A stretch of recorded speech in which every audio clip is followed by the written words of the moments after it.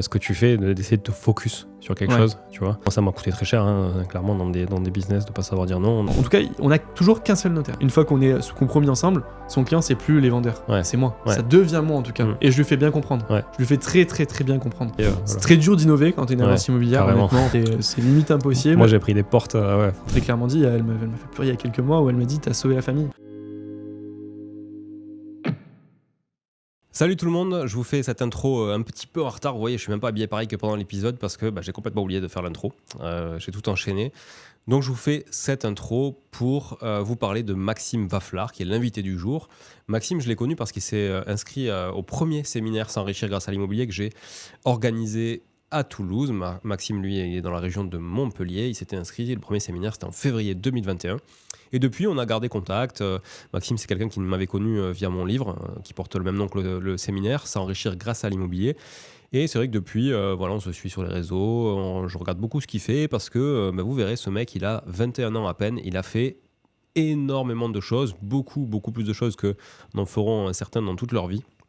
Et franchement, je trouve que c'est très, très, très inspirant. Vous verrez, c'est quelqu'un qui n'a pas peur du risque, qui sait prendre des initiatives, qui sait aussi manager, qui apprend peut-être aussi à manager du fait de son jeune âge. En tout cas, c'est pas l'envie qui lui manque, c'est pas l'ambition non plus. Et surtout, le plus gros avantage qu'il a, c'est qu'à 21 ans, il a aussi l'énergie. Donc, je vous laisse découvrir tout ça et je vous souhaite une excellente écoute sur toutes les plateformes de podcast ou un bon visionnage. Vous qui nous regardez sur YouTube. Salut Maxime. Salut Julien, merci beaucoup. Merci de l'invitation. Je t'en prie. On a démarré comme ça, là, dans le vif du sujet. C'est cool. On vient de déjeuner ensemble dans un resto assez typique de Toulouse. Enfin, en tout cas, à l'architecture typique. On a passé un bon moment. Ouais, c'était cool. C'était sympa. On a bien discuté. Du coup, on n'a plus rien à se dire. Donc, on va essayer de trouver des sujets. Comme d'hab, moi, je prépare pas grand-chose. Donc, j'ai juste écrit ton prénom et ton nom que je connaissais. Mais par contre, je savais pas comment il se prononçait. Ouais, maintenant tu sais. Donc, c'est Maxime Wafflard. Parfait, franchement et non pas Wafflard. Voilà. Donc, ce qui est peut-être plus vendeur, si tu veux, tu vois. Ouais, un peu, je pense, t'exporter, tu vois. À l'international, tu penses que ça marcherait mieux. Wafflard. Wafflard, yeah. Ok, Max Wafflard, c'est pas mal. Maxime, on s'est déjà vu, t'es déjà venu ici d'ailleurs à la Voûte Studio. Exactement. On a déjà enregistré un épisode pour ton podcast qui s'appelle Tous Entrepreneurs. Exactement. D'ailleurs, tu me disais que le podcast était en train de... Ouais, je suis en train de l'arrêter, clairement, parce qu'il y a des choix à faire quand on lance différents sujets, différents projets, et le choix d'arrêter ce podcast-là alors qu'il marchait bien, c'était un des choix les plus difficiles que j'ai pris cette année. C'est un choix qui était dur même pour l'ego, honnêtement, mais je me suis dit qu'en termes de temps, je m'y retrouvais plus. J'en parlais juste avant avec toi. J'ai lancé ce podcast-là pour deux raisons. Première, c'était parce que je m'exprimais pas forcément bien, j'avais du mal à parler dans un micro. Aujourd'hui, je considère que même si j'ai encore des efforts à faire et il faut que je progresse évidemment sur plein de sujets, mais par rapport à ça, c'est acquis. Et pour moi, il y avait aussi le fait de se créer un réseau. Je voulais absolument me créer un réseau grâce au podcast que je n'avais pas quand on commence à entreprendre à 18 ans. On n'a pas forcément de réseau. Et le podcast, c'est une bonne manière de se faire du réseau. Mais aujourd'hui, je considère qu'il faut juste l'entretenir, le réseau que j'ai créé, et lui apporter de la valeur, en profiter aussi. Mais je pense qu'il n'y a plus besoin de forcément continuer à créer de nouveaux contacts, de nouveaux liens, même si ça peut servir, c'est sûr. Mais l'entretenir, ça rapportera plus d'argent et ça sera plus efficace dans le futur. Ouais, parce qu'on va le rappeler, tu as 21 ans. 21, ouais, exactement. 21. Donc tu vas pas faire 22 cette année, là, c'est fini. Là. Il te reste quelques jours. Là, il reste quelques jours. Donc en février, voilà. Donc 2025. Bon, le podcast va sortir en 2025. Mais là, on est mi-décembre. Il reste quelques jours avant de finir l'année. C'est un peu la période un peu bizarre parce que tu dis, il y en a qui se disent, merde, il m'aurait manqué 15 jours, 3 semaines pour finir vraiment proprement l'année. D'autres qui se disent, franchement, heureusement que ça se termine. Ouais. Tu vois, c'est toujours un peu particulier, je trouve, la fin de l'année. Cette tendance-là, ouais. Moi, je suis plutôt dans un mode, c'est cool qu'on arrive à la fin et j'ai hâte, par contre, de commencer la nouvelle année. Ouais. Même si le marché de l'immobilier n'est pas forcément ultra propice et que ça va pas forcément exploser en 2025, mais j'ai hâte de voir ce qui a été mis en place en fait par rapport aux premiers efforts de 2024 sur 2025. J'ai hâte d'avoir cette transition-là qui va se faire. C'est vraiment l'occasion de faire un bilan un peu plus macro sur 12 mois. Ok, tu dis, allez, ça c'est acté, c'est fait. Ce qui est fait n'est plus à faire. Et maintenant, il faut faire encore mieux, faire encore plus, on va en parler. de ce que tu fais, tes objectifs, etc. Et c'est marrant, je reviens sur une des raisons pour lesquelles tu as fait un podcast, c'était pour apprendre à t'exprimer. Ouais. Alors effectivement, tu avais une vingtaine d'années, le réseau, je comprends, parce qu'il y a une vingtaine d'années, mais par contre, je me suis toujours dit, quand je t'écoutais parler, que tu t'exprimais très très bien. Ah tu ouais, vois, ouais, et que tu arrivais, non vraiment, je te le dis. j'avais vraiment du mal à parler Ouais. et j'ai jamais réussi à prendre le micro devant une foule ou devant différentes personnes pour m'exprimer clairement sur ce que je voulais dire, si ce n'est de l'écrire par cœur. J'avais vraiment du mal à m'exprimer, même à que ce soit clair dans mes idées. Et donc le podcast, ça demande quand même en plus, on te voit pas, donc il n'y a pas ces expressions-là sur ton visage qu'on peut ressentir. Donc, mais il faut vraiment être clair et être concis dans tout ce que tu dis. Et ça, j'avais vraiment du mal à le faire. Et donc, même si j'ai encore aujourd'hui des choses sur lesquelles je travaille, je lis beaucoup pour ça, mais je pense que j'ai passé un cap sur ça. Mais ça, c'est la sensation que toi, t'avais. Je pense la perception que j'avais. Voilà. Ouais. Parce que, effectivement, la perception de l'extérieur, je pense qu'elle est différente. Moi aussi, j'ai vécu souvent ça. Tu vois, les gens qui disent, ouais, mais toi, t'as méga confiance en toi. Toi, franchement, tu t'exprimes trop bien. Tu fais ci, tu fais ça. Alors que moi, à chaque fois que je fais un truc, j'ai l'impression que c'est de la merde. Oui, c'est clair. Donc, c'est un peu ce syndrome de l'imposteur, mais version orateur, tu vois, où t'as du mal à te dire, OK, est-ce que je suis légitime? Parce qu'en fait, c'est plus ça. C'est est-ce que je suis vraiment à ma place? Plutôt que est-ce que je raconte pas des conneries aussi, des fois, tu vois. Il y a un peu de tout, quoi. C'est clair. Après, quand tu regardes le premier podcast, le premier épisode, et le 95e ou le 96e, je me rappelle plus lequel est sorti à la fin là, et quel chiffre on était, mais quand tu regardes la différence entre les deux, et c'est là où moi je me suis rendu compte que j'étais fier et que, en effet, j'avais atteint l'objectif que je m'étais fixé de base. Le premier, il est catastrophique sur la structuration. Je pense que je mets peut-être une phrase à lui demander qu'elle se présente.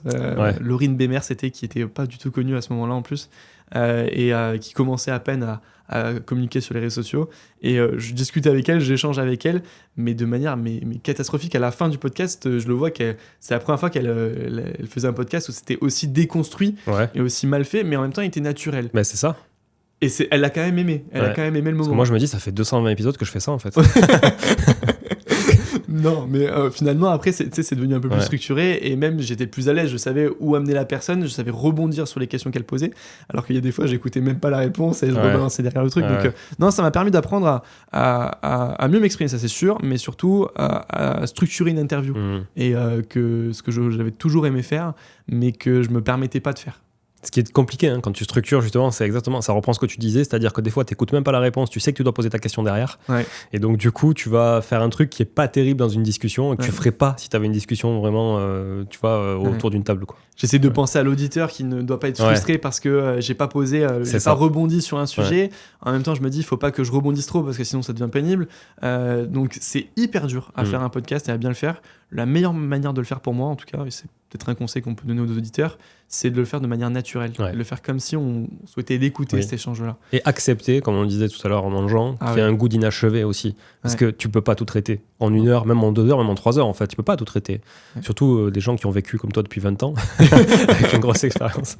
Non mais voilà. En tout cas, on dit là, j'atteins pas la valeur des années, et c'est vrai. On va le voir avec toi. Donc moi, ce que je te propose, c'est que tu te présentes enfin. Tu vois, on a mis plus d'une phrase nous pour te présenter. C'est clair.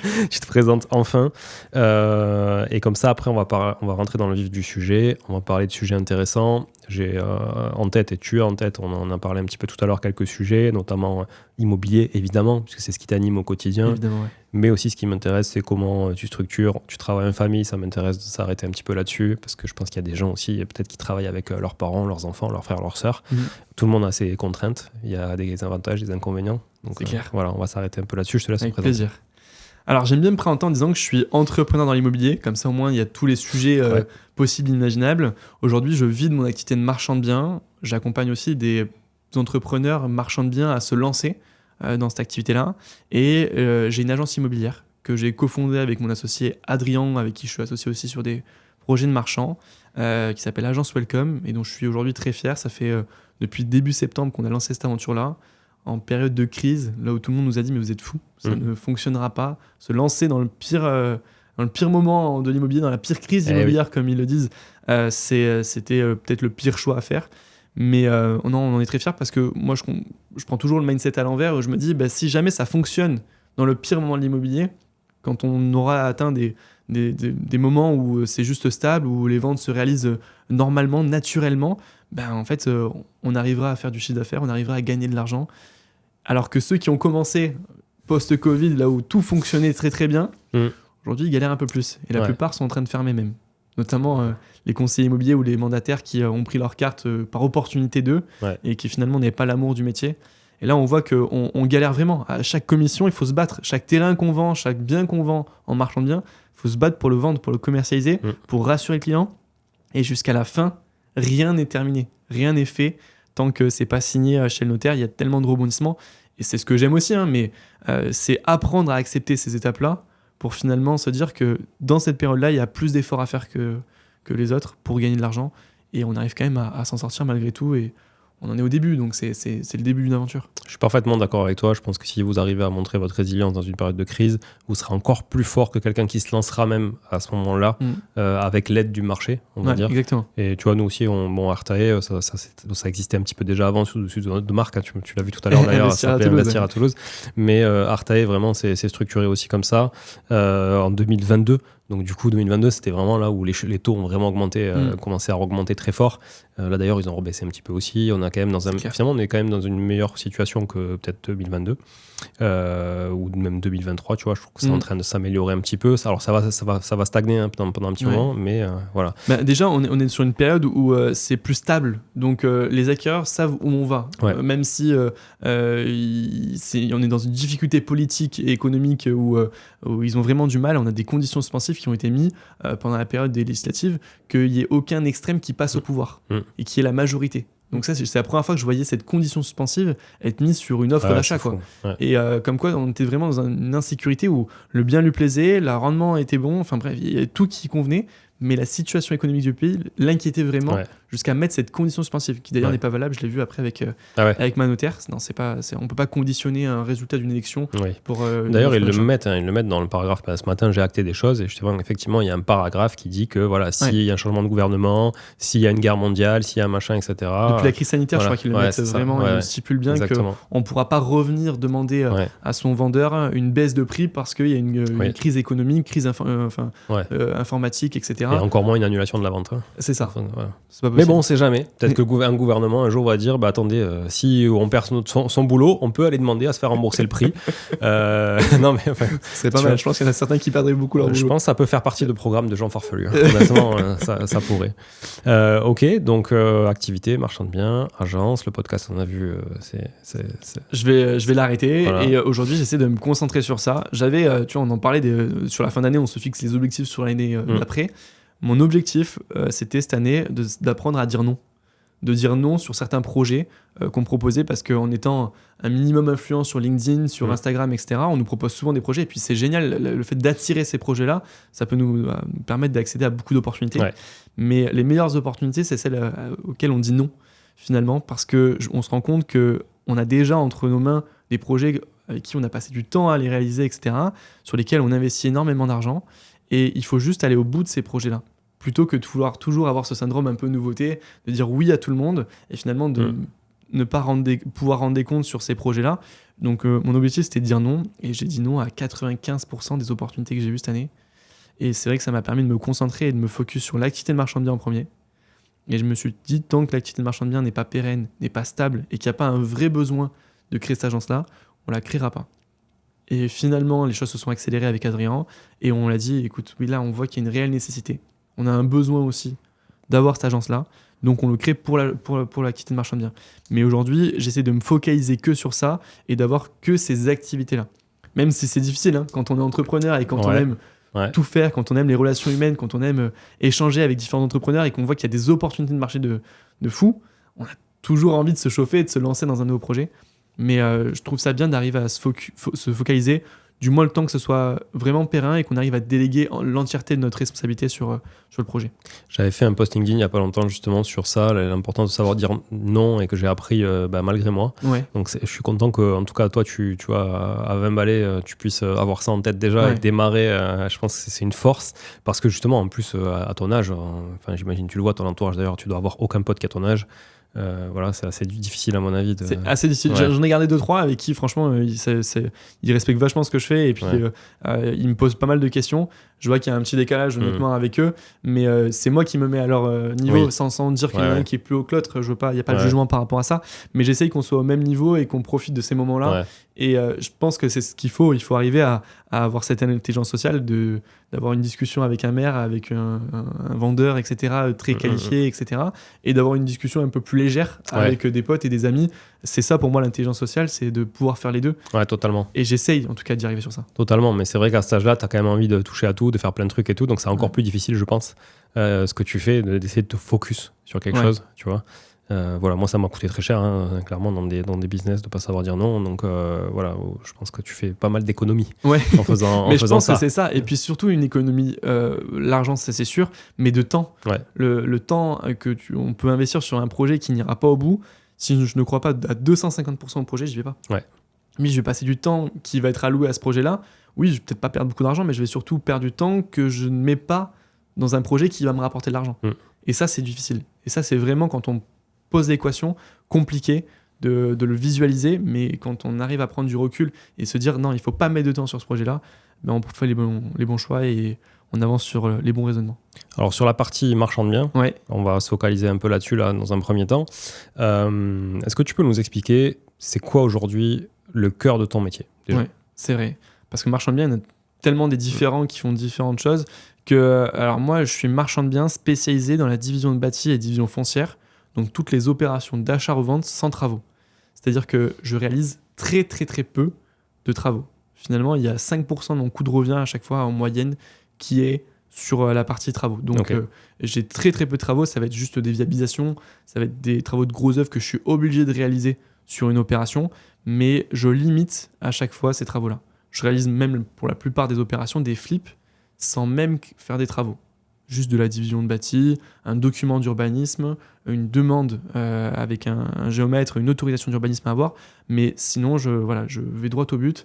On revend en l'état, on pré-commercialise et on résout tous les problèmes qu'il y a à résoudre si c'est le juridique qui est problématique. Mais après, on revend directement en l'état. Ok, très clair. C'est quoi entre la division foncière et la division de bâti ? C'est quoi les avantages et les inconvénients entre les deux justement ? La division de bâti, c'est quand même beaucoup plus simple en termes de délai de portage et de conditions suspensives qu'on a sur nos acquéreurs. Parce que sur la division foncière, nos acquéreurs ont toujours une condition suspensive qui est légitime de permis de construire. Sauf si nous, du coup, on pose les permis de construire sur tous nos terrains et qu'après, derrière, ils ont un PC modificatif et qu'on n'autorise pas la condition suspensive. Mais c'est assez rare et aujourd'hui, on laisse le choix à nos acquéreurs, en tout cas dans le secteur où je suis. Ça ne se prête pas de poser des permis de construire, ça ne se fait pas. C'est de fait, les acquéreurs ont besoin de poser leur propre permis de construire. Et ça se comprend. Il y a des secteurs qui sont beaucoup plus reculés, beaucoup moins chers, où rien que le fait d'avoir un permis de construire sur un terrain, ça apporte une valeur de fou. Et même en termes de temps, les gens sont très contents. Nous, nos acquéreurs, ils ont besoin d'avoir leur projet. Donc la grosse différence pour répondre à ta question, ça va être sur les délais notamment.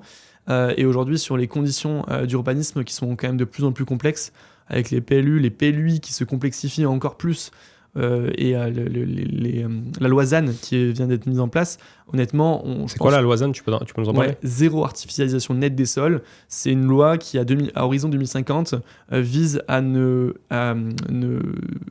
pas ne pas urbaniser les sols qui sont végétalisés.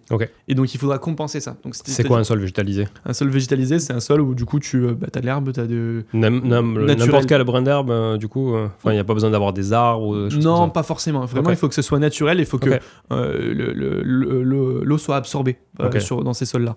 Donc du coup, en gros, si jamais demain tu viens construire un immeuble à Toulouse et que tu imperméabilises avec, je vais te dire une connerie, mais 100 mètres carrés de surface de sol, il faudra que tu détruises une usine, tu détruises un immeuble qui a 100 mètres carrés de niveau en fait, de béton, et que tu le détruises pour finalement revenir le végétaliser cet endroit-là. Donc il faudra compenser ces endroits-là. Ce qui, pour moi, me paraît très compliqué et je ne sais pas comment on va arriver à ça. Carrément. Mais du coup, les mairies sont de plus en plus restreintes pour ouvrir de nouvelles zones constructibles. Donc aujourd'hui, le dernier pouvoir qu'avaient les maires, c'était l'urbanisme. Aujourd'hui, ils ne l'ont même plus puisque c'est les comités des communes qui valident ça et que même les comités des communes ont très peu de flexibilité sur les projets qu'ils accordent. Donc je dirais que c'est ça le plus complexe aujourd'hui sur la division foncière. Donc je m'étais formé de base sur faire que de la division foncière et j'aimais vraiment les projets de terrain à bâtir. Je trouve ça simple et en plus je trouve qu'on part vraiment d'une page blanche. Il y a des projets de vie qui se font sur ces terrains à bâtir là et on peut faire de très beaux terrains à bâtir. Enfin, on peut faire vraiment les choses bien. Mais aujourd'hui, je me rends compte que c'est de plus en plus complexe à trouver ces opérations-là, notamment à cause de l'urbanisme. Donc on s'est aussi formé et spécialisé aujourd'hui sur la partie division de bâti. Parce que sur les terrains, tu as souvent des gens qui font de la résidence principale. Quasiment, franchement, tu vas avoir 90%. quelques petits promoteurs maçons, mais j'imagine que c'est... Il y a certains investisseurs sur du Pinel, quand tu pouvais le faire tout quand tu pouvais le faire un tout petit peu. Et puis je t'ai parlé d'un seul client qui nous a acheté un terrain qui fait la LCD avec du haut rendement sur des petits terrains. Il fait des grosses maisons luxueuses. C'est une niche et c'est un client sur tout ce qu'on a. Mais sinon, la plupart, c'est de l'ARP. C'est de la résidence principale. Et c'est assez facile à commercialiser un terrain, j'ai envie de dire. C'est pour ceux qui ont un projet de vente, projet d'acquisition d'un terrain, ils se projettent facilement, ils ont souvent mûri le projet. C'est pas, la cuisine, elle me plaît pas, ça va capoter pour quelque chose. Par contre, ils cherchent l'environnement quand même, ils cherchent le terrain qui leur convient. Quoi. Mais l'environnement, pour moi, est lié au prix, de toute façon. Donc si on s'est mis au bon prix, on a l'environnement qui va avec, et ils achètent un environnement, ils achètent que ça. Donc, de toute façon, et un coefficient d'emprise au sol, etc. etc.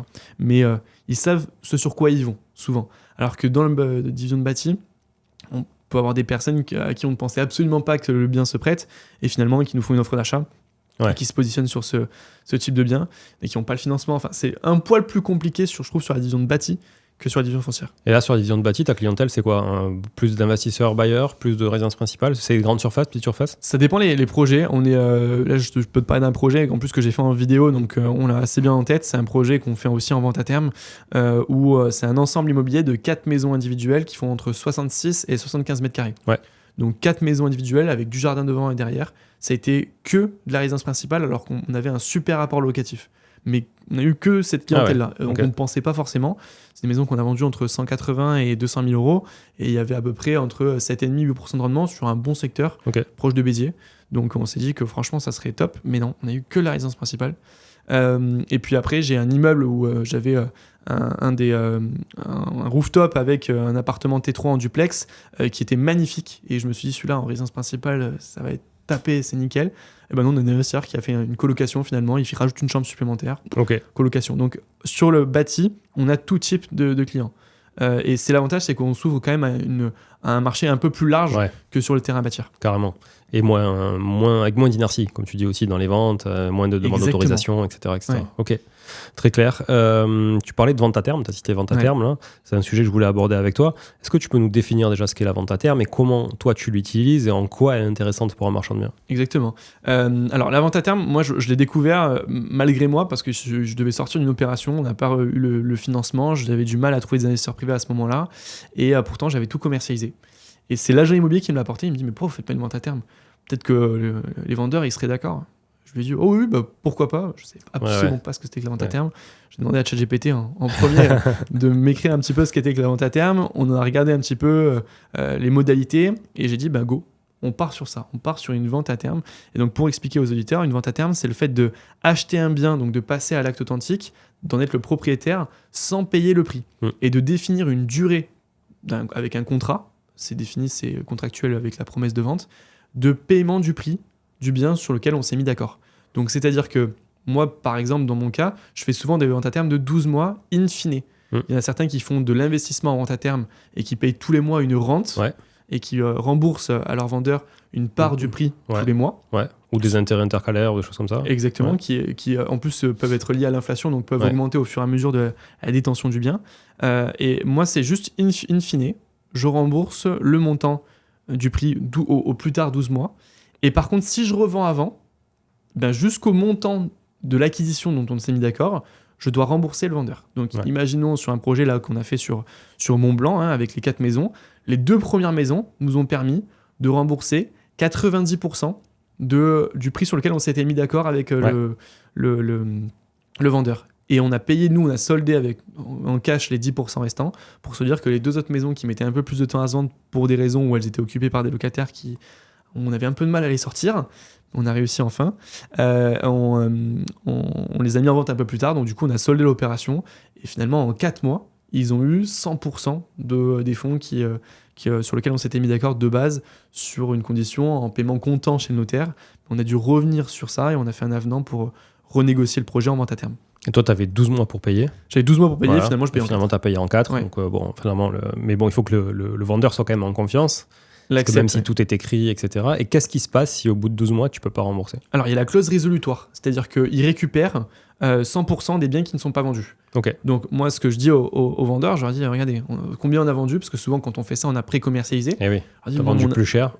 C'est ça, mon intérêt, et je dis, votre intérêt, c'est que je ne vous paye pas. Ouais. Si je ne vous paye pas, vous récupérez tout et vous avez les promesses, etc. Ouais. Mais honnêtement, ça ne se passera pas. Ouais. Je vous le dis, il n'y a aucun souci. Le but, c'est que vous gardiez l'argent sur lequel on s'était mis d'accord et qu'au lieu que vous repartiez sur une commercialisation, que vous revendiez le projet à un promoteur ou à un marchand de biens qui va de nouveau déposer une condition suspensive, qui va de nouveau trouver des acquéreurs, et que vous repartiez sur 8 mois, 9 mois, là, je vous demande juste 3-4 mois d'efforts supplémentaires minimum pour toucher les premiers pourcentages de la vente, et après, au maximum, dans 12 mois. Je leur dis toujours 12 mois au maximum, et je contractualise comme ça. Je ne contractualise jamais moins, mais j'ai jamais dépassé les 6 mois sur une vente à terme. J'ai toujours réussi à solder au bout de 6 mois.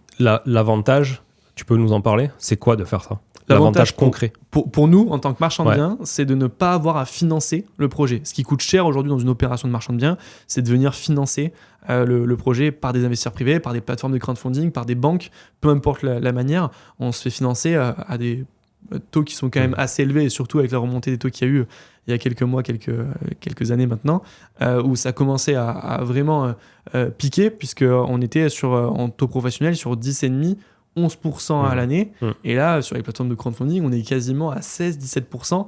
On est à 10% pour l'investisseur et 6%, 7% sur les plateformes de crowdfunding. Donc, c'est quand même assez élevé.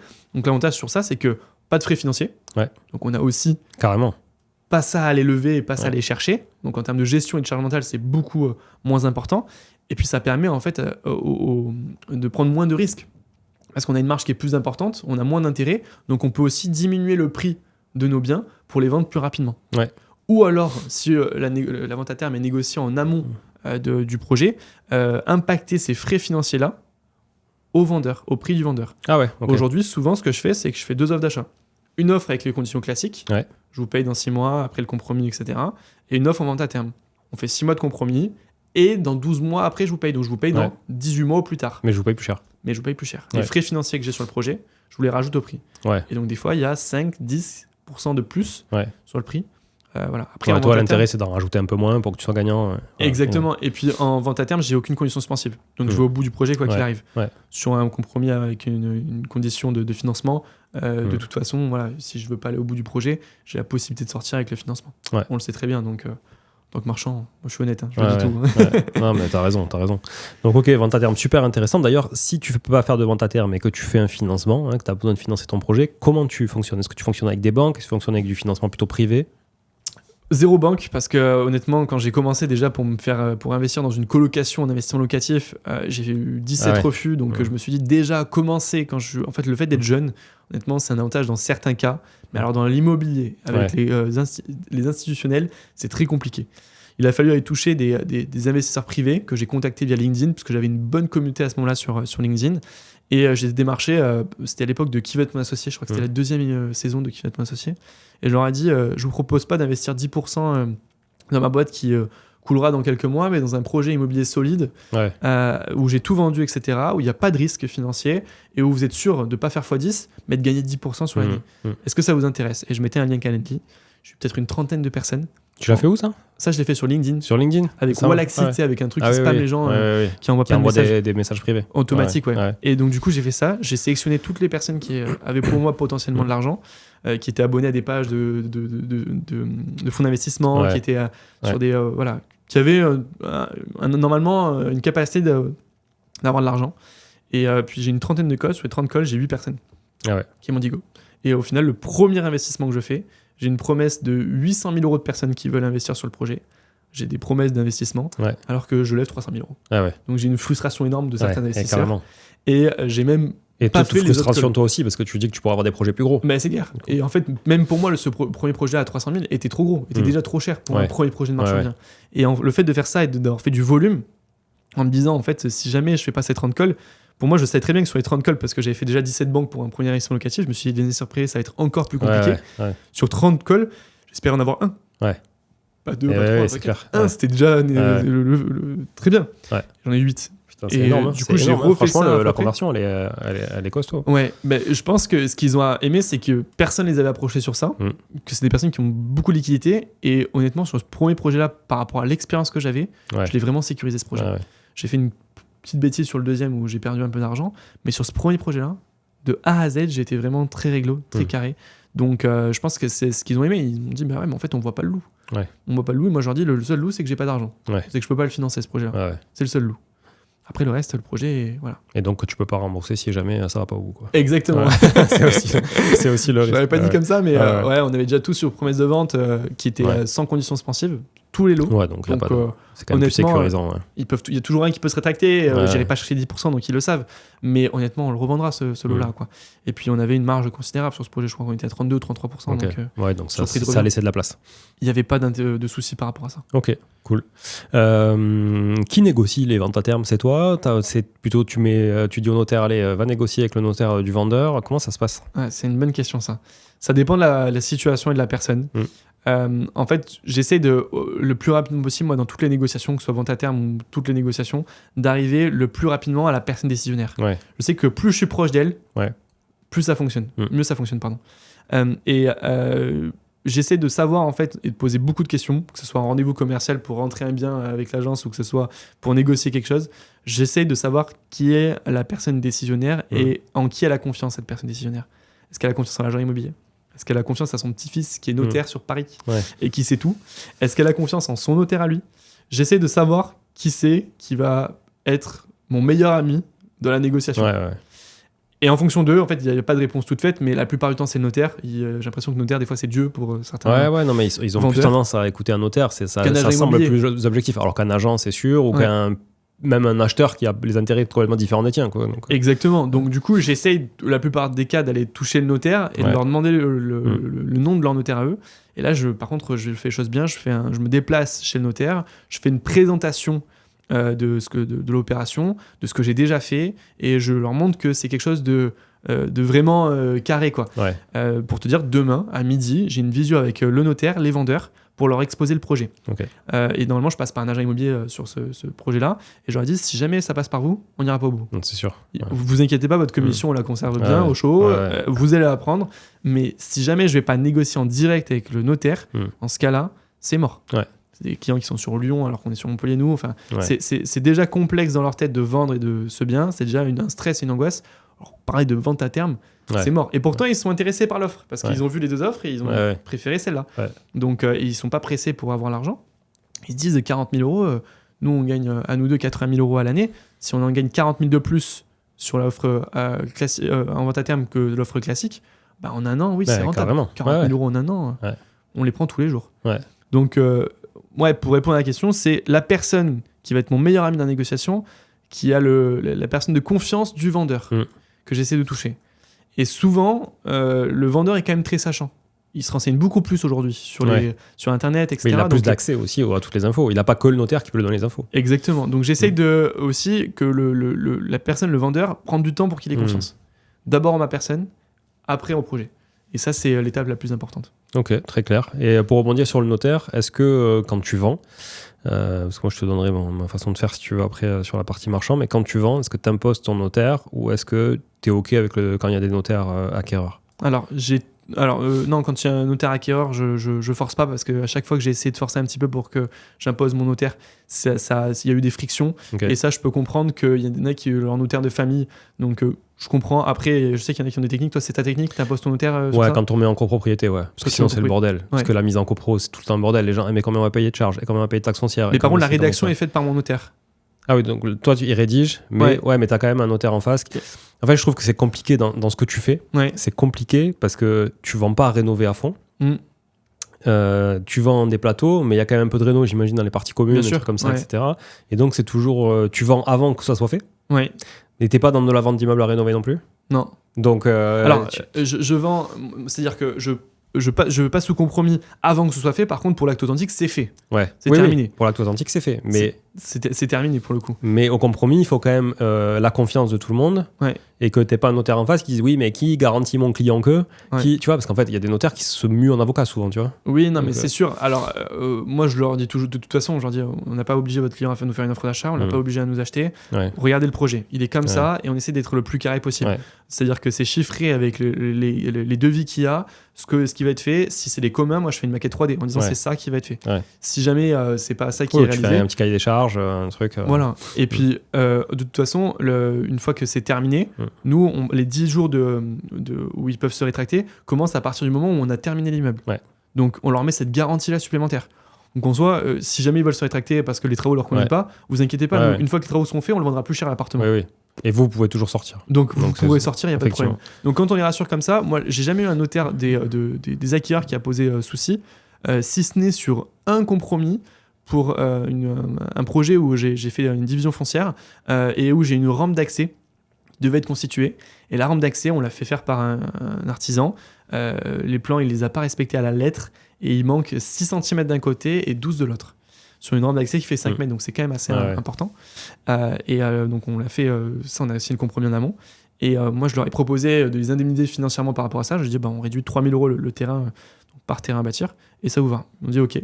Et le notaire a bloqué. Il a dit non, mais si c'est pas conforme, la DACT, elle va être à la charge je vais pas leur dire leur nom de famille, j'ai fait leur dire leur nom de famille, mais au nom des vendeurs, des acquéreurs, pardon. Donc c'est leur responsabilité après, la responsabilité elle est passée, donc le notaire a posé des soucis. Et moi à un moment donné, j'ai dit écoutez, il n'y a aucun problème. Nous, maintenant la rampe d'accès est faite, les terrains ils sont faits, il n'y a aucun problème pour revendre ces terrains-là, il n'y a pas de souci. Par contre, on ne paiera pas stipulation de pénalité. C'est vous qui la payerez. Et on ira chercher ces 10% parce que ça rentre, c'était pas en condition suspensive du compromis. Putain, moi j'ai eu le même souci, mais franchement, on est trop sympa. Sur un aménagement d'un chemin d'accès d'un terrain, tu vois, pareil. Je fais la contre-visite la veille de la signature. Et nous, si tu veux, pendant la signature, c'était pas une condition suspensive, mais on leur a dit, ils nous ont dit qu'est-ce qui va se passer avec le terrain. Je dis, on va vous aménager un chemin pour l'accès. On va vous aménager un chemin, mais ça sera un chemin de terre. Après, vous mettrez votre 0,20, vous mettrez votre concassé, votre truc, et vous faites, voilà, nous, on va faire un chemin de terre. Bon, c'était en plein hiver, donc si tu veux, il se passe 3 mois. Nous, on a fait le chemin de terre, donc terrassier est venu, a mis ses coups de godet, terrassé un peu, mais comme il pouvait, tu vois, voilà. Et donc, il a plu, ça a raviné un peu et tout. Et donc là, la veille, il a dit, hors de question qu'on signe, le chemin, c'est pas ça. Nous, on veut un chemin plat, nickel. Regardez, il est décaissé de 20. Mais je lui dis, c'est normal, parce que si vous mettez du 0,20 et qu'on vous le fait de niveau, vous allez vous retrouver avec une marche, en fait. Donc, tu vois. Ah ouais, non, mais nous, on veut un chemin nickel. Mais je lui dis, mais nous, on s'est pas engagé. Vous m'avez posé la question de savoir ce qu'il allait y avoir. Je vous dis, il va y avoir un chemin de terre. Et le mec m'a dit non, mais je veux pas signer. Donc du coup, on n'a pas signé. Tu vois, on n'a pas signé. Et on était obligé de trouver un accord et donc du coup de payer, tu vois, une partie de l'aménagement en 0,20 qu'ils allaient faire eux-mêmes. Tu vois, donc, c'est incroyable. Non mais voilà. Et franchement, on a été sympa. Mais bon, en même temps, on a tellement galéré avant de cette OP. Si tu veux, c'était pas un terrain, c'est une maison, c'était un accès à une maison, mais peu importe, tu vois. Il y a des fois où je pense qu'aujourd'hui les acquéreurs en profitaient un peu trop parce que ils savent que les vendeurs n'ont pas forcément le couteau sous la gorge, mais n'ont pas le choix de vendre. Donc, toi, en tant que marchand de biens, ils savent que tu es professionnel, ils savent que tu as des frais financiers sur le projet, ils connaissent maintenant. Franchement, c'est tellement démocratisé que ils savent à qui ils achètent. Et nous, on est transparent sur tout. On se fait jamais passer par un particulier. J'ai horreur de ça, j'ai horreur des marchands de biens qui se fassent passer pour des particuliers. Donc, non, pour moi, c'est une garantie d'acheter un marchand de biens. Donc, c'est une sécurité, tu achètes au bon prix, tu achètes un professionnel qui a des garanties, et on peut pas y avoir de vis caché. Enfin, pas de vis dissimulée ni rien. Donc, c'est quand même solide. Mais ils profitent beaucoup parce que juste avant le compromis, juste avant l'acte authentique, ils te disent des trucs. Et toi, forcément, des fois, tu n'as pas le choix. Des fois, tu dois accepter des conditions et puis tu pèses le pour et le contre. Des fois, il faut paraître un peu dur, mais même fermé et te dire que non, tu as des solutions de sortie. Et ça passe quand même. J'ai eu des renégociations juste avant l'acte authentique par des acquéreurs en bluff. C'est-à-dire qu'ils ont renégocié quelque chose qui n'était complètement légitime. Et c'était trop légitime pour que j'accepte. Et je me sentais vraiment trop passé pour un dindon de la farce. Et du coup, j'ai dit non. Non, bah écoutez, non, tant pis, vous payez 10%, puis vous sortez, parce qu'il n'y a pas de conditions suspensives, rien. Donc, on ira jusqu'au bout. Ok, donc moi, je fais un courrier à mon avocat, je l'envoie et je les mets en copie. À partir du moment où j'ai fait le courrier à mon avocat, ils m'ont dit on maintient le rendez-vous le lendemain. Donc, c'est comme quoi, voilà, c'était du bluff total. Non, mais t'as raison. Alors aussi, moi, petite précision quand même, pourquoi on a accepté aussi, parce qu'en fait, leur très compétent notaire, c'est pour ça qu'aussi j'aime pas quand il y a plusieurs notaires, leur très compétent notaire a complètement oublié de leur purger leur droit de rétractation après la signature du compromis. Il leur a purgé le jour le jour où on a fait la contre-visite, si tu veux. Ok. Donc la veille de l'acte authentique, il a purgé. Donc de toute façon, quoi qu'il en soit, on devait repousser l'acte authentique. Voilà. Donc ça fait que, en fait, il pouvait se sortir sans la pénalité, parce que finalement, il pouvait utiliser le droit SRU. Parce que c'est un bon notaire, ça, en tout cas. C'est... Bah écoute, ouais, mais moi j'ai dit à notre notaire sur ce projet-là, j'ai dit, mais attendez, mais moi je vais incriminer le notaire en fait. Je vais leur dire que parce que ça, clairement, c'est une faute professionnelle. Tu vois, tu purges pas la SRU, tu mets en danger le vendeur, tu mets en danger l'acquéreur, voilà. C'est comme si tu purgeais pas la DIA, quoi. Enfin, franchement, exactement. Ça, c'est incompréhensible, mais il y a des notaires qui l'oublient. Donc là, tu laisses la place à un mec de se sortir pour n'importe quelle raison, dont le chemin qui n'était pas une condition suspensive. Et mon notaire m'a dit, franchement, évite, parce qu'en fait, tu vas te faire démonter. On a les meilleurs avocats de France en tant que notaire. Et donc, franchement, un notaire, ça ne perd quasiment jamais. Ah ouais, Putain, c'est fou, tu vois. C'est vraiment fou. Mais pour revenir sur les notaires, moi, j'ai une stratégie qui n'est pas forcément partagée par tout le monde, et il y a très peu de marchands qui le font. C'est que je prends toujours qu'un seul notaire. Je prends les notaires des vendeurs. Ouais. Quand je fais une opération, je prends jamais mon notaire. C'est dommage pour lui parce que c'est frais du chiffre. Quand toi, tu achètes, quand j'achète. Début de l'OP. Ouais. Exactement. Quand je suis acquéreur de cette opération-là. Ouais. Et même quand je revends avec ce notaire-là de mon côté. Après, je laisse mes acquéreurs choisir leur notaire s'ils ont besoin et s'ils le souhaitent. Sinon, je prends qu'un seul notaire pour l'achat et la revente et qui est le notaire des vendeurs. Intéressant. Donc, sauf s'ils n'ont pas de notaire-vendeur, je pose mon notaire et je leur propose qu'on ait qu'un seul notaire. Mais enfin, en tout cas, on n'a toujours qu'un seul notaire. Ouais. Mais ça, c'est intéressant quand tu veux négocier des trucs parce que le notaire, il travaille aussi pour toi. En fait, quand il y a une grosse succession, qu'il a déjà réglé la succession et que c'est ses clients, les vendeurs, une fois qu'on est sous compromis ensemble, son client, c'est plus les vendeurs, c'est moi. Ça devient moi en tout cas. Et je lui fais bien comprendre. Je lui fais très, très, très bien comprendre. C'est-à-dire que je suis pas dans le chantage, etc. Mais je suis dans si ça se passe bien, ça se passera bien sur la revente aussi avec vous. Ça se passe mal, ça se passera mal. Enfin, voilà, le but, c'est qu'il aille aussi dans notre sens. Et dans les renégociations, parce qu'on a aussi beaucoup renégocié cette année, faut pas se cacher, on n'aime pas faire ça. C'est pas forcément la chose. Quand on a une parole, quand on acte quelque chose, on aime bien aller jusqu'au bout. Quand on n'a pas le choix et que le marché ne nous permet pas d'aller jusqu'au bout, on a dû renégocier certains compromis. Et quand on a renégocié certaines choses, honnêtement, ça nous a vraiment aidé. Sur 6 renégociations, j'en ai 5 qui passent. Et honnêtement, je suis 100% sûr que c'est du fait que j'ai qu'un seul notaire. Je suis passé que par le notaire, par la renégociation. En fait, comme tu dis, les vendeurs, ils ont confiance en leur notaire. Donc si ça devient aussi le tien, du coup, il sait qu'il a un intérêt commercial d'un côté. Il a la confiance gagnée des vendeurs, donc c'est plus facile pour lui de faire passer un message. C'est la personne de confiance dont tu parlais tout à l'heure. C'est ça, c'est eux. Quand je dis j'ai squeeze l'agence, j'ai squeeze l'agence dans la négociation. Évidemment pas dans... Oui, bien sûr. Je vais faire le préciser, mais pas dans les honoraires. Jamais de la vie on fait ça.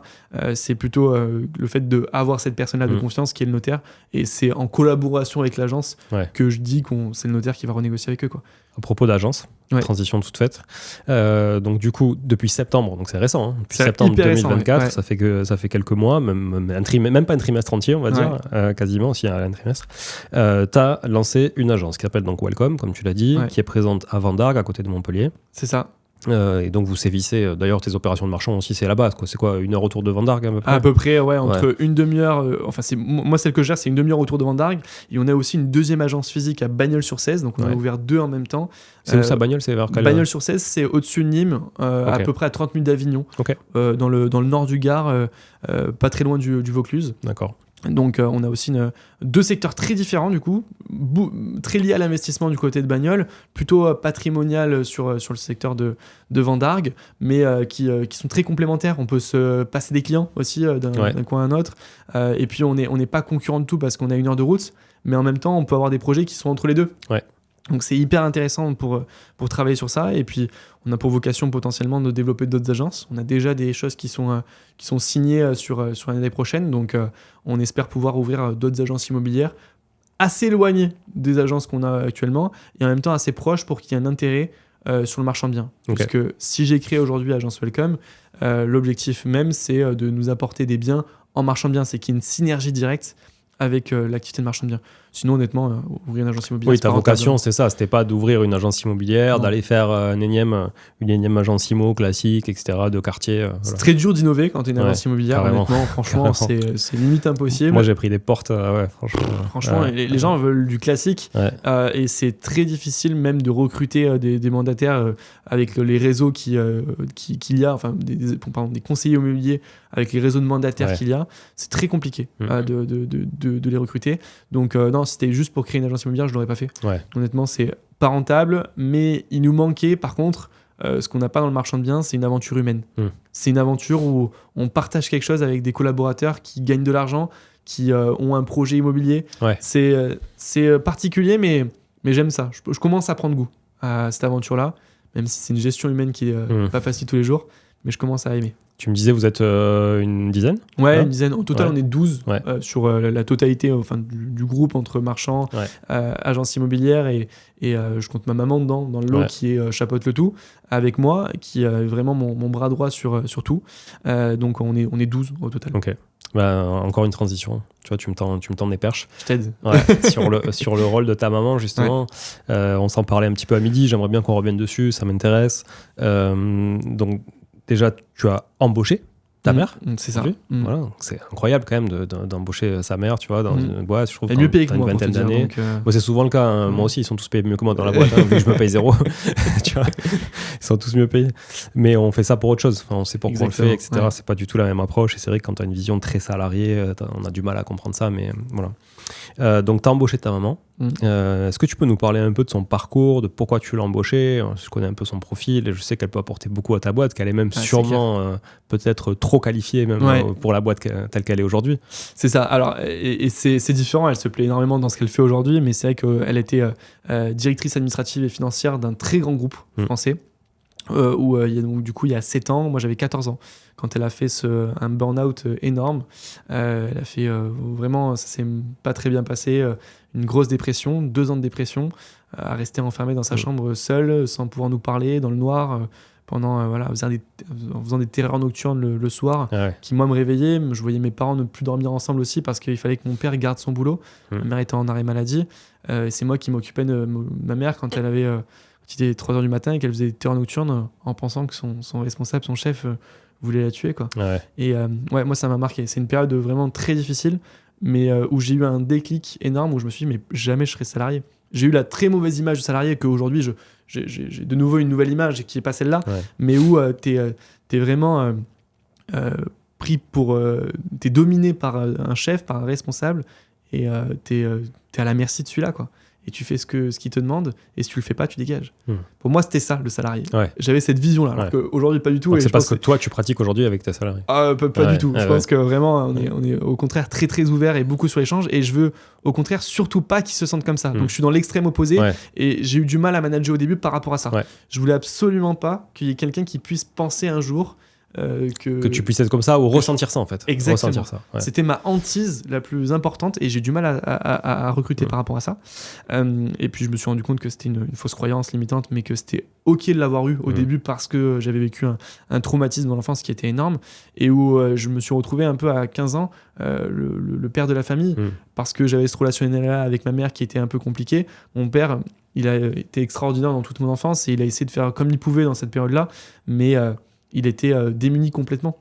Il ne savait plus quoi faire sur cette période-là. Donc, j'ai pris une position qui n'était pas la mienne à prendre à 15 ans, qui m'a fait prendre un gap de maturité énorme, où j'étais à 14 ans addict aux jeux vidéo, je jouais toute la journée, je séchais les cours pour jouer aux jeux vidéo, et j'ai complètement arrêté du jour au lendemain, et je me suis dit, je veux investir dans l'immobilier pour que ça puisse donner des rentes à ma mère, et que ça puisse un jour rattraper son salaire, elle avait un salaire quand même mirobolant par rapport à ce que la moyenne des Français, et qu'un jour je puisse l'embaucher. Je lui ai fait cette promesse-là, à un moment donné, quand elle est sortie un peu de sa chambre et que commençait à avoir une activité un peu sociale différente, même si cognitivement c'était vraiment très compliqué. Je lui ai dit, t'inquiète pas, de toute façon tu ne retravailleras pas. Sa seule hantise, c'était de devoir retravailler avec quelqu'un qui soit un peu pervers narcissique et qui ait une emprise sur elle.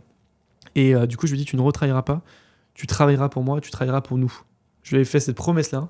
Et finalement, du coup, dans la transition de mes activités entrepreneuriales, à mes 18 ans, je crée une agence, une agence conciergerie, une conciergerie immobilière dans le luxe, et elle travaillera avec moi sur cette agence 2-3 mois après le lancement, et je l'aurai embauchée quelques mois après sur la holding, quoi. Donc la transition, elle se sera faite très rapidement. Dès que j'ai eu la capacité financière de pouvoir l'embaucher, je l'ai embauché directement. Et j'ai dit, tu travailleras avec moi toute ma vie. Et aujourd'hui, je l'ai mis sur le post que j'ai mis en story là, il y a quelques jours. C'est une chance que j'ai qu'elle travaille avec moi, parce qu'elle a des capacités de gérer des groupes qui font des centaines de millions, voire milliards. Elle a cette capacité cognitive-là, et aujourd'hui, elle gère une toute petite boîte de marchand de biens, entre guillemets, une toute petite agence immobilière, avec des problématiques beaucoup moins importantes, mais où elle me dit aujourd'hui qu'elle prend 1000 fois plus de plaisir.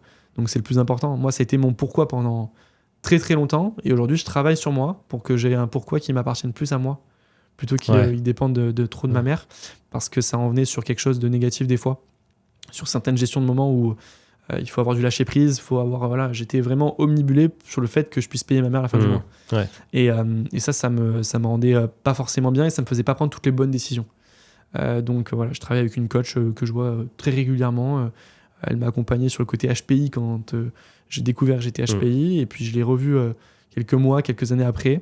Elle m'a accompagné pendant tout le pro, pendant 1 an et demi, depuis 2 ans et demi. Et là, depuis 1 an, elle m'accompagne sur le perso. Ok. Donc, retrouver un pourquoi qui m'appartient, et je suis dessus.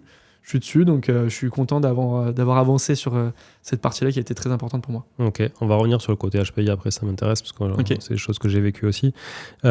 Sur ta mère, tu sens qu'elle t'est reconnaissante aujourd'hui? Comment c'est quoi? Il y a une pudeur quand même, ou elle te le montre, elle te le démontre? Non, on est assez démonstratif dans la famille, donc ça, on n'a pas trop de pudeur. En tout cas, peut-être moi j'en ai un peu plus qu'elle, mais elle me le montre clairement. Elle m'a très clairement dit, elle m'a fait pleurer il y a quelques mois, où elle m'a dit: t'as sauvé la famille. T'as sauvé la famille de ce moment-là, et moi tu m'as donné une nouvelle vie. Elle a lu un livre qui s'appelait à 40 ans je commence une nouvelle vie, ou etc. Elle m'a dit: c'est exactement moi, et ça c'est grâce à toi. Et donc elle est très reconnaissante de ça. Aujourd'hui elle est épanouie, elle fait ce qu'elle veut. Donc c'est ça qui est hyper important, c'est que le jeudi, quand elle veut faire ses ongles toute l'après-midi, elle fait ses ongles toute l'après-midi, et moi je m'en fous. Par contre, moi, quand j'ai besoin d'un truc le dimanche à 20h et que c'est important, elle est là aussi. Donc il y a cet avantage et cet inconvénient dont on parlait peut-être, on parlera un petit peu après, mais on travaille tout le temps en famille. Mais aujourd'hui, moi je vois qu'il y a 95% d'avantages et 5% d'inconvénients. Et c'est une chance énorme que moi j'ai de travailler avec elle au quotidien.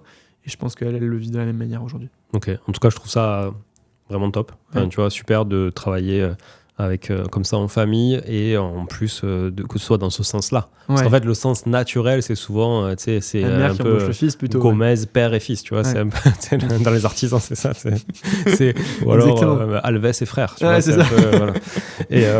Et effectivement, là, dans ce sens-là, à ton âge, encore une fois, même si je sais que peut-être t'aimes pas qu'on te parle de ton âge ou quoi, mais en tout cas, il faut en être conscient, tu vois. T'es jeune, t'as déjà fait beaucoup de trucs, et des choses que des gens à 50 ans ne feront pas, n'auront jamais fait, ne feront jamais dans leur vie.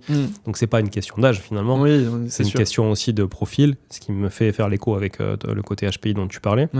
Ça m'intéresse de savoir comment est-ce qu'on a tous les gens que je connais qui sont dans cette situation-là, moi y compris, mon fils aussi du coup, a une histoire un peu différente parce que lui il l'a su très jeune. Comment tu l'as su? Comment t'as détecté ça? Alors, moi, j'ai l'impression que moi, j'ai toujours su. J'ai toujours su que j'avais une petite différence de maturité et de compréhension. J'ai jamais travaillé une seule fois à l'école. Et ce qui m'a vraiment été très galère quand j'ai commencé l'entrepreneuriat, parce que je ne savais pas bosser. Je ne savais pas me poser devant un PC et savoir quoi faire, en fait, rédiger. Pas de méthode. Pas de méthodologie, rien du tout. Mais par contre, tu me dis 2 choses une fois, et puis en fait, je suis capable de le retenir pendant des mois et des mois, et je suis capable de comprendre ce que veut le prof. Et ce que je faisais même en maths, c'est que je faisais la copie et je me mettais ma note au crayon de papier. Tu vois, donc l'arrogance du mec qui mettait ça, et juste par principe, le prof mettait quelque chose, genre je mettais 17, il mettait 17,5, ou il mettait 16,5, juste par principe. Mais je savais très bien les fautes que j'avais mis, etc. J'étais très bon sur les matières de raisonnement. J'ai toujours su que j'avais une bonne logique, une bonne compréhension.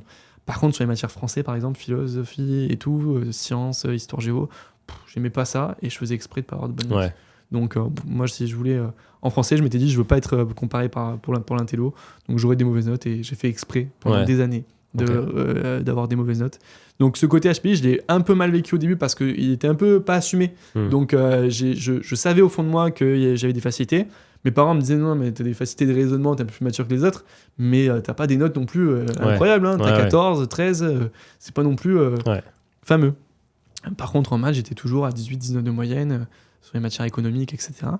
Et du coup, un jour, j'ai fait un test avec Christelle, qui... on a échangé ensemble, j'ai fait ce test-là. Qui est MC ? Elle est coach de vie, thérapeute aujourd'hui. Elle fait des tests Vice. Elle fait des tests de tout, en fait. Elle fait même des tests TDAH, donc sur tout ça. Et du coup, on le fait ensemble. Elle me dit oui, bon, après, il faut que tu ailles voir quelqu'un pour te le certifier que tu sois HPI. Et par contre, elle m'a directement diagnostiqué HPE. Ok. Donc ça, émotionnel. Exactement. C'est souvent, quand on est HPI, on est souvent HPE aussi. Ouais, on est assez hypersensible. Exactement. Et ça, c'était en fait, le fait d'être HPI, finalement, je l'ai pas forcément trop assumé au collège et tout, mais c'est pas très grave. C'est le HPE qui m'a suivi finalement toute ma vie et qui me suit toujours maintenant et que je travaille encore toujours maintenant. Donc c'est plutôt ce côté-là, HPE, sur lequel j'ai vraiment bossé. HPU, c'est juste que le fonctionnement et le système scolaire n'est pas forcément fait pour ceux qui sont HPI. Donc il faut s'adapter un petit peu à la manière dont tu travailles. Et aujourd'hui, pour moi, c'est une force énorme. J'arrive à raisonner beaucoup plus vite que les autres et je m'en sers énormément. Je m'appuie dessus, sur ce bon côté-là de HPI. Et des fois, il y a des inconvénients qui viennent sur l'aspect purement scolaire que je n'ai plus aujourd'hui. Ça te bloque dans tes relations sociales ? Enfin, En fait, ça me bloquait à un moment donné, quand j'ai vraiment côtoyé Christelle pendant un moment, ça me bloquait, notamment avec ma copine, avec mon ex-copine du coup. On s'est séparés très récemment, il y a 2 mois, donc ça faisait 7 ans qu'on était ensemble, donc c'était une très longue relation. Ouais. Et en fait, ça me bloquait pas mal parce que c'était pas un blocage, c'est que je comprenais pas son raisonnement. Pour moi, c'était pas normal que les autres n'aient pas le même raisonnement que moi. C'était très difficile d'accepter qu'on pouvait avoir un raisonnement différent alors que pour moi, j'avais celui qui était logique. Et en fait, moi, je me connais parfaitement bien. C'est ce que m'a dit Christelle, tu te connais sur le bout des doigts. Ce que tu connais pas, c'est les autres. Tu ne connais pas comment fonctionnent les autres. Et j'ai, grâce à ce coaching-là, plus appris à apprendre à voir comment fonctionnaient les autres. Et à voir comment fonctionnait mon ex-copine Mathilda. Voilà, donc ça m'a permis d'avoir de meilleures relations sociales. Après, j'ai une intelligence sociale, je pense, assez importante. Et du coup, c'est vrai que j'ai une aisance à m'adapter à tout type de personnes. Donc, mes potes, je pense qu'il n'y a jamais eu trop de différence parce que je m'adaptais toujours à la situation. J'ai cette capacité-là pour moi de m'adapter à tout type de personnes. Je pars ce week-end avec des potes en week-end vraiment pas très intelligent, où je pense qu'on va plus boire d'alcool qu'autre chose. Et je pense que on va poser le cerveau et je saurai m'adapter tout le week-end à rigoler et à être un des plus cons de la bande, quoi. Mais par contre, il y a des moments où je suis très focus, très sur un podcast où je vais essayer de bien m'exprimer et d'essayer d'adapter le discours à la personne avec qui je parle. Et ce sujet de normalité, il est intéressant parce que moi, j'ai vécu ça toute ma vie et je disais toujours à ma femme, je comprends pas les gens. Ma phrase favorite, c'était « mais ils sont pas normaux, les gens ». Tu vois, je disais toujours « ils sont pas normaux, ils sont pas normaux, ils sont pas normaux. C'est pas normal de raisonner comme ça, etc. » Jusqu'au jour où, alors moi, c'est venu beaucoup plus tard. Je l'ai su beaucoup plus tard. J'ai compris après. Tout ce qui s'était passé depuis mon enfance, la scolarité, qui était aussi, alors moi, était beaucoup plus chaotique que toi, mais s'il y avait une sorte de rébellion et tout ça qui allait avec. D'ailleurs, ça m'a valu d'aller déménager au Canada, d'être expulsé, on va dire, d'ici, de mon environnement, mon contexte et tout. Mais si tu veux, je l'ai su, donc j'ai fait un test Vice à 30 ans, je crois, 33 ans. Ah oui, donc très tard. Très tard, tu vois. Et à partir de là, putain, ça m'a soulagé. Je me suis dit, ok, j'ai compris maintenant, ça y est, j'arrive. Et tu vois, là, les images te reviennent, des situations improbables et tout. Tu dis, ok. Et en fait, à partir de là, j'ai compris que c'était à moi de m'adapter et que c'était moi qui n'étais pas normal. Tu vois, et que la normalité, c'était les 98 autres %. Et que moi, ma normalité, même voir les 99, parce qu'après, ça dépend toujours des échelles sur les tests. Et c'était à moi de m'adapter. C'était à moi de faire l'effort. Si je voulais pas faire d'effort, fallait accepter que je sois marginal, en fait. Exactement. Tu vois, c'est exactement ce que je ressens au quotidien. C'est à moi aujourd'hui de m'adapter. Et je sens que des fois, je suis pas clair dans les explications que je donne à mes collaborateurs parce que pour moi, dans ma tête, c'est très très clair. C'est vraiment fluide. Et en fait, je me rends compte que, et je leur dis, dites-moi si c'est pas clair. C'est pas vous le problème, c'est moi. C'est moi qui dois reprendre mon raisonnement. Voilà, s'il faut le redire 15 fois pour que je trouve la manière dont vous comprenez, c'est pas moi c'est pas vous qui n'êtes pas intelligent, c'est moi qui n'ai pas la bonne manière de m'exprimer. Et par contre, je vois que je connecte énormément mieux avec les HPI. Carrément. C'est un truc de fou, mais je le vois, j'ai un pote qui s'appelle Emery qui est HPI aussi, et je pense beaucoup plus loin que moi. Il a vraiment eu des contraintes et des difficultés socialement quand il était jeune. Et quand on est ensemble, dans des milieux où il y a zéro bruit, on peut parler mais des heures et des heures ensemble, à être connectés l'un à l'autre. On va être ensemble dans un bar où il y a du bruit, etc. Horrible. Impossible. On est incapable de se parler. Horrible. Au bout de 5 minutes, la discussion est coupée. Et donc, on a cette hypersensibilité au bruit. Je etc. déteste aller dans les restos où il y a méga de bruit, tout ça, les trucs, c'est horrible. Exactement. Et au moins, c'est calme et j'arrive à me concentrer sur la discussion. Et je sais que j'arrive beaucoup mieux à connecter et on se comprend vite, quoi, sur plein de sujets. Et maintenant, je le dis, en fait, quand je vois une personne, même un client, même. Je dis, mais vous n'êtes pas HPI. Et j'ai l'impression de le ressentir un petit peu. Et souvent, la plupart du temps, il me dit vous aussi, non? Et c'est vrai qu'on se connecte sur ça. Alors que, voilà, bon, je fais pas de différence entre une personne HPI et une personne pas HPI, mais je le voyais comme un inconvénient avant. Mais ça soulage de le savoir. Ça soulage de se connecter et de dire ok, bon, on comprend certaines choses. C'est cool. Et on accepte aussi. En plus, il y a vraiment, comme tu dis, il y a vraiment différents types d'intelligence. Il y en a qui sont plus hypersensibles que d'autres. Il y en a qui vont avoir une intelligence verbale. Et tu vois, sur le français, moi c'était plutôt là, le français pour le coup que les maths, tu vois, par exemple, je suis plus à l'aise. Alors, tout ce qui est calcul, tout ça, il n'y a pas de souci, t'inquiète, hein, même s'il faut parler d'argent. Mais surtout quand tu veux parler d'argent. Voilà. Mais par contre, toutes les fonctions en maths, tout ça, ça m'intéressait pas. Mais parce que je voyais pas de sens, je voyais pas d'intérêt de ça. Je me suis dit, mais ça va me servir à que dalle. Tu vois, j'en ai pas besoin dans mon quotidien, j'en aurais pas besoin. Par contre, j'avais des trucs qui me faisaient kiffer, tu vois, de la géographie, de l'histoire, du concret, tu sais, ça me plaisait, tu vois. Et la langue française, j'adorais manier les mots et tout ça, et je peux être extrêmement méchant à l'écrit, mais vraiment j'ai tu vois, une façon d'écrire qui vraiment est hyper blessante et hyper impactante si je veux l'être, tu vois. C'est vraiment, je manie les mots, en fait, tu vois, si j'écris un bouquin, c'est pas pour rien, j'aime ça écrire, tu vois, et vraiment, et à côté de ça, t'as des gens qui sont HPI, peut-être comme toi ou quoi, qui vont pas du tout manier la langue française de la même manière, tu vois, que ça va les faire chier d'écrire et tout ça. Moi, ça me faisait chier, en fait, rien que de ne pas savoir la note que je pouvais avoir par rapport au... Oui, parce que c'est subjectif. Exactement. Et alors que les maths, soit c'est juste, soit c'est faux. Et en fait, pour moi, tant que c'était pas scientifique, et c'est pour ça que ça ne me convenait pas. Ah ouais, alors que moi, j'aime bien, tu vois, ce côté un peu flottant, tu sais, justement, d'interprétation, de trucs, parce qu'en fait... j'ai du mal. Bon, après, j'ai fait des études en Sciences Po aussi, donc du coup, tu vois, la politique en soi, c'est pas une science exacte, tu vois ce que je veux dire, c'est que du débat, c'est que des idées, voilà. Et c'est vrai que le côté un peu maths, c'est binaire, quoi, tu vois. Ouais, mais c'est ce que moi j'aime bien. C'est ce que moi j'aimais beaucoup plus. Donc, tu vois, comme quoi, il n'y a pas de... Il n'y a pas vraiment de on va dire, de type, en fait. Tu vois, d'intelligence type. Et puis même mon associé aujourd'hui, Adrien, est HPI aussi. Il est TDAH aussi. Enfin, il y a plusieurs trucs. Donc, on essaie de se faire accompagner par rapport à ça pour être le plus efficient possible et que ça nous serve vraiment sur les réunions. On a adapté, tu vois, avant, on faisait des réunions d'1h30. Aujourd'hui, on fait plus de réunions de plus de 3/4 d'heure. On préfère en faire 2 dans la journée de 3/4 d'heure plutôt que voilà. Et puis parce qu'en fait il a la capacité enfin, il peut pas se concentrer beaucoup plus que ça et on le sait ensemble et c'est ok totalement et on est vachement efficace en se connaissant beaucoup mieux et c'est pas de mettre vraiment pour moi HPI c'est pas être un super héros, c'est pas être super intelligent. Ça reste un potentiel, hein. Ça veut pas dire que tu l'exécutes correctement. C'est ça.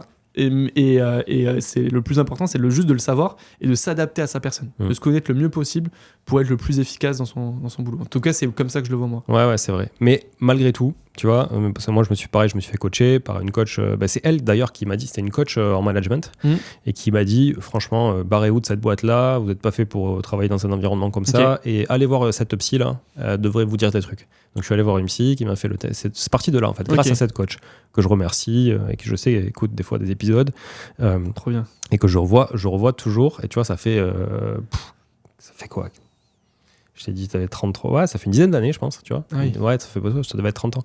Une dizaine d'années. Et donc, du coup, des fois, quand j'ai une grosse décision à prendre, je vais l'appeler et lui demander son avis, tu vois. Parce que pour moi, ça a été l'élément déclencheur. Et elle me dit, clairement, elle le sait, son enfant et tout ça, et HPI aussi, le système scolaire en France n'est absolument pas fait.